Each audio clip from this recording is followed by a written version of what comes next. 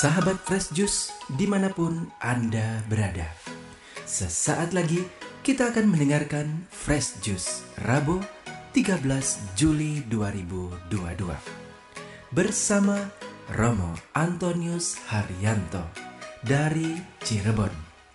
Selamat mendengarkan.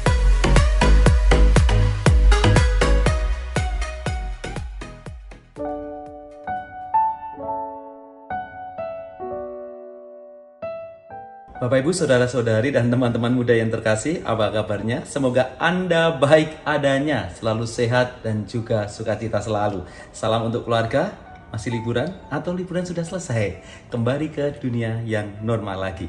Hari ini Rabu 13 Juli 2022, Injil diambil dari Injil Matius bab 11 ayat 25 sampai 27.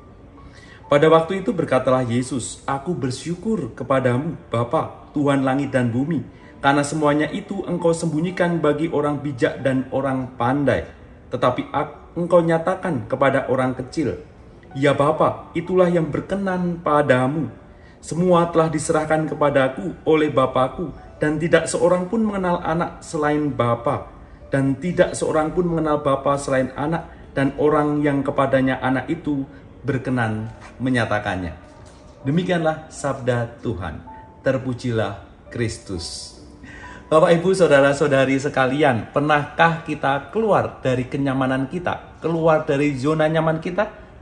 Pernahkah kita keluar dari perasaan ketidakmampuan kita dan mengalahkan perasaan ketidakmampuan kita? Pengalaman, saya pernah ada program untuk kemudian hidup bersama di tempat pembuangan akhir atau tempat sampah akhir. Di sana ada perkampungan, di sana ada penduduk yang sebagian besar itu punya profesi memungut sampah di pembuangan sampah akhir. Dan di situ beberapa minggu saya hidup bersama dengan warga di sana, memungut sampah, memilah sampah, mengambil sampah yang tentunya bisa dijual, yakni kertas, plastik, dan juga besi. Dari mengambil sampah itulah kemudian menjadi biaya hidup, sarana hidup kita untuk bisa beli makanan untuk hidup sehari-hari dan juga untuk kebutuhan sehari-hari. Dan juga menarik kadangkala kalau ada makanan yang kami lihat masih bisa dimakan, kami ambil untuk makan seperti penduduk lainnya. Mungkin kita merasakan bahwa hidup kita sudah nyaman, hidup kita sudah tercukupi semuanya. Tetapi kalau kita berani untuk keluar dari kenyamanan itu dan kita bisa belajar pada situasi lain, maka ada banyak pembelajaran yang saya dapatkan. Misalnya, pertama, perjuangan hidup, berani kotor, panas tanpa lelah, bahkan menghirup asap ya tiap hari karena pembakaran asap di tempat pembuangan sampah itu. Dan kedua, menyadari betul bahwa sampah itu bisa menjadi berkah. Apa yang dibuang oleh banyak orang dan ditumpukan di pembuangan akhir itu ternyata juga bisa untuk hidup menghasilkan rupiah. Sampah bisa menjadi berkah. Dan ketiga, menghargai makanan. Gak mudah untuk mencari makan itu. Menghargai apa yang sudah diterima dan tidak selalu menuntut, tetapi bersyukur atas hidup ini dan banyak pembelajaran yang lain. Saya juga pernah belajar pada orang lain. Pada saat itu saya tertarik dengan seorang nenek yang usianya hampir 80 tahun mengemis di pinggir jalan. Saya kemudian mulai menyapa, mengenal. Kadangkala saya juga kalau sempat juga menyisihkan uang saku dan sebagainya. Lama-lama saya ingin kenal nenek ini. Kenapa dia mau ngemis di pinggir jalan? Udah usia renta, usia pensiun, usia yang harusnya banyak di rumah. Sampai kemudian saya main ke rumahnya dan sebagainya. Ternyata nenek ini mengemis demi anaknya yang sakit lumpuh di rumah. Dia berjuang untuk kehidupan. Saya belajar pada nenek ini bagaimana memperjuangkan hidup orang lain. Bagaimana hidupnya itu didedikasikan untuk membantu anaknya untuk bisa tetap berobat, untuk anaknya tetap bisa hidup. Nenek berjuang untuk kehidupan sampai titik darah penghabisan. Aku bersyukur kepadamu, Bapa, Tuhan langit dan bumi, karena semuanya Engkau sembunyikan bagi orang bijak dan orang pandai, tetapi Engkau nyatakan kepada orang kecil. Kalau kita mengkategorikan apa yang saya ceritakan orang-orang kecil, maka saya telah belajar banyak hal dari mereka. Kadangkala kalau kita merasa menjadi pribadi yang besar atau orang yang besar, kadangkala kita menjadi orang yang lupa diri, saudara-saudari dan teman-teman muda yang terkasih. Orang bisa jadi merasa lebih kaya, lebih terkenal, lebih gaul gitu ya, lebih terpelajar, dan seringkali menjadi takabur dan jatuh ke dalam kesombongan, keangkuhan, dan juga menganggap rendah orang lain.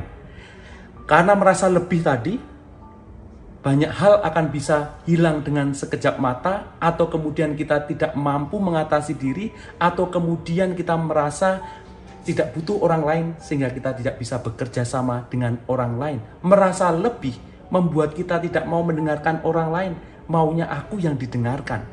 Masukan orang lain tidak didengarkan dan merasa diri paling benar.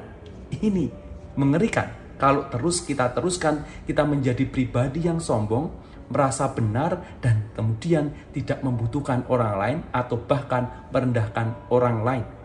Disinilah awal kejatuhan. Kita menjadi lupa diri kalau nggak hati-hati, merasa paling maha, bahkan melupakan Tuhan karena merasa memiliki segalanya, dan kita tidak menggantungkan hidup pada Tuhan. Orang kecil merasa terbatas, merasa masih banyak harus belajar, masih merasa harus mendengarkan banyak orang. Mereka akhirnya menempatkan hidupnya dengan rendah hati, mau terus berpegang pada tangan Tuhan. Ingat pada Tuhan, ingat belajar pada sesama, sehingga kita bisa belajar kerendahan hati kepada orang kecil. Maka penting untuk belajar membumi, belajar pada orang kecil yang tidak punya akses, yang tidak punya privilege, yang tetap rendah hati, yang tetap menggantungkan hidupnya pada Tuhan. Dari situlah kita belajar menjadi manusia yang membumi, mendengarkan dan belajar pada orang lain.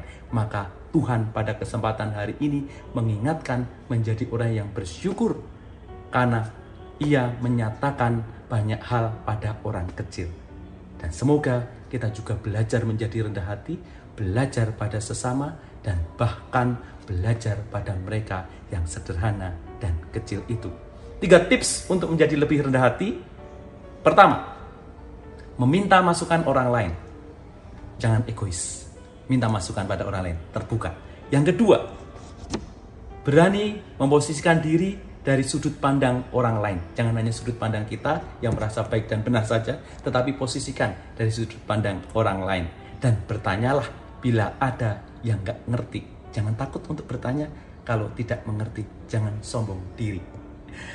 Teman-teman, makan jerapah, mandi di kuali. Jadilah rendah hati, Tuhan memberkati.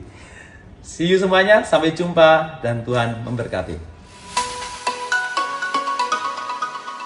Sahabat Fresh Juice, kita baru saja mendengarkan Fresh Juice Rabu 13 Juli 2022.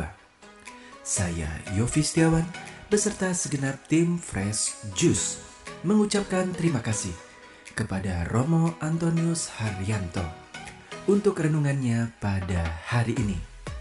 Sampai berjumpa kembali dalam Fresh Juice edisi selanjutnya. Jaga kesehatan dan salam Fresh Juice.